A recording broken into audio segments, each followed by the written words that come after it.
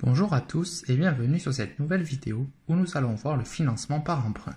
Elle sera suivie d'un exemple où on appliquera tout ce que nous allons aborder dans celle-ci. Le financement est un sujet très important et revient très fréquemment dans la vie de l'entreprise. En effet, l'entreprise a besoin de trouver des fonds pour sa création, mais aussi pour mettre en place différents projets. On va retrouver deux possibilités, le financement par ressources internes et le financement par ressources externes. Ici, dans cette vidéo, nous traiterons des emprunts qui sont donc des ressources externes. Nous allons voir sa souscription ainsi que son remboursement. Les emprunts sont sollicités auprès des établissements de crédit. Les fonds récupérés vont servir à investir cet argent dans différents projets. Ces emprunts vont apparaître dans les dettes de long terme au passif du bilan. Commençons par voir la souscription de l'emprunt. Pour cela, nous allons utiliser le compte 164 emprunt auprès des établissements de crédit. Attention, ce compte fait partie de la classe 1. Il augmente donc au crédit et diminue au débit. Je vous renvoie à la vidéo sur la logique comptable si cela n'est pas clair pour vous.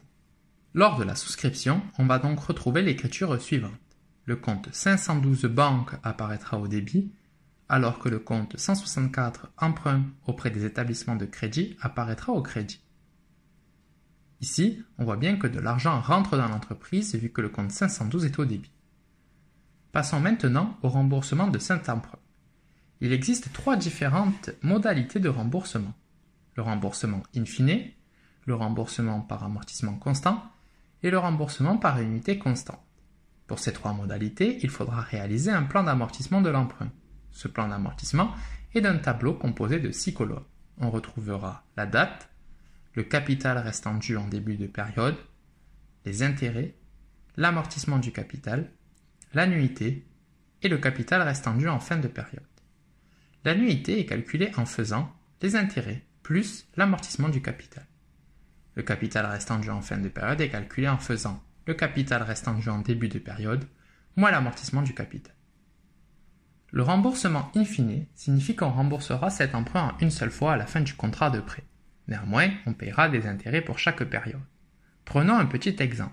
L'entreprise CLA souscrit un emprunt de 100 000 € sur 5 ans au taux de 5% par an, remboursable in fine. Les échéances sont annuelles. Le plan d'amortissement de l'emprunt est le suivant. On voit bien que le capital est remboursé la dernière année et que chaque année l'annuité est égale aux intérêts de 5 000 €.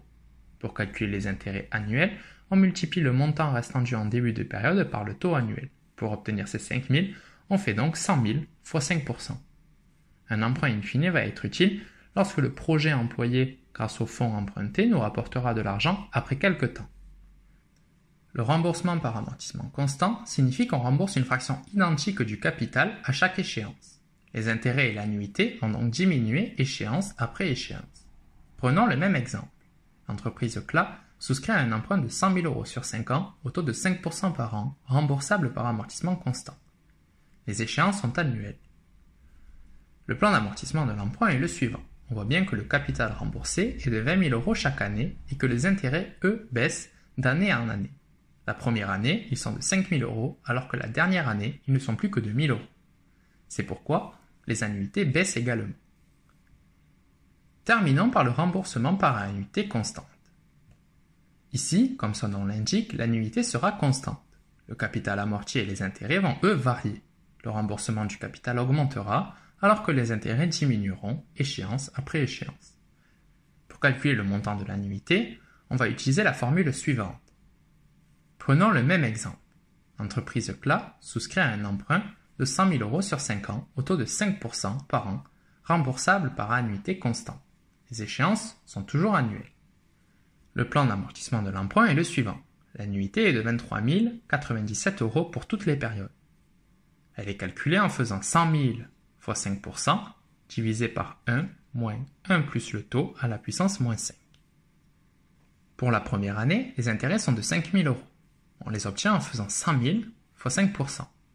Le capital amorti est donc de 18 097 €. On l'obtient en faisant 23 097 moins 5 000. Pour la deuxième année, les intérêts sont de 4 095 €. On les obtient en faisant 81 903 fois 5%. Le capital amorti est donc de 19 002 €. On l'obtient en faisant 23 097 moins 4095. On suit cette même logique pour les autres périodes.